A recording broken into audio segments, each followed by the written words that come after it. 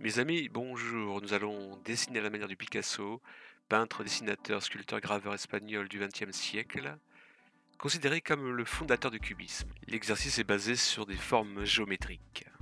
Faites un cercle pour le visage, puis vous dessinez le reste, la chevelure, et vous séparez le visage en deux. Vous avez la base qui est un visage de face, et puis ensuite vous le divisez en deux pour obtenir le profil.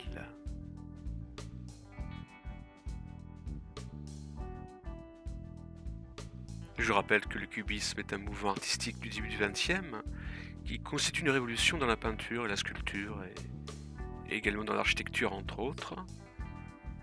Souvent représenté par des sujets, des objets analysés, décomposés, réassemblés, une sorte de composition abstraite. On multiplie différents angles de vue, différents points de vue du sujet étudié.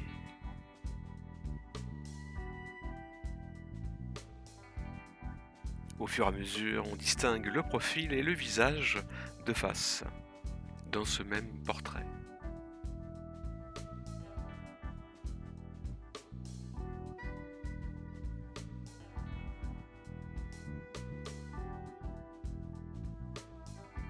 Bien entendu, vous pouvez le peindre comme vous le souhaitez, et des couleurs primaires, complémentaires. Nous passons au second portrait, à la manière de Picasso toujours, en associant la vue de face et de profil d'un même portrait.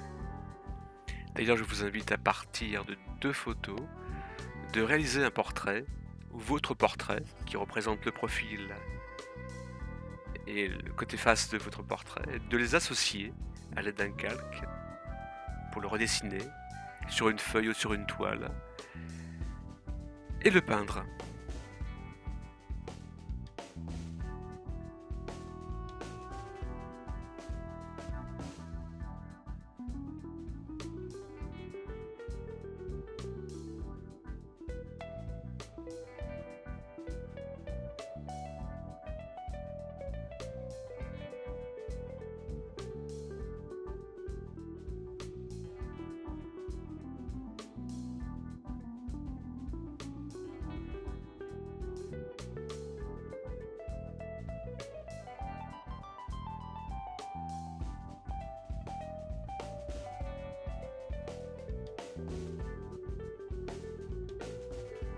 Picasso avait ses maîtres, dont Paul Cézanne, un des plus grands maîtres, précurseur du post-impressionnisme et du cubisme, puisqu'il disait déjà « Traiter la nature par le cylindre, la sphère, le cône, le tout mis en perspective. »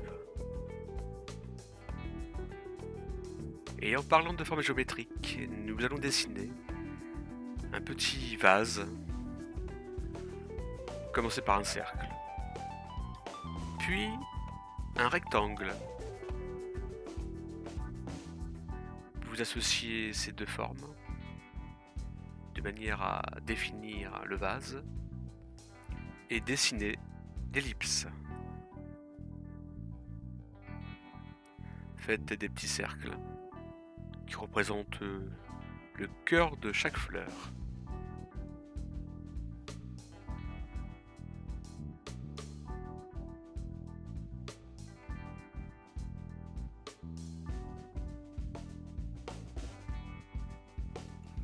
Rajoutez les tiges et quelques feuilles.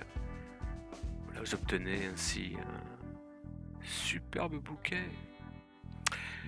Merci, à très bientôt. Et à vos crayons.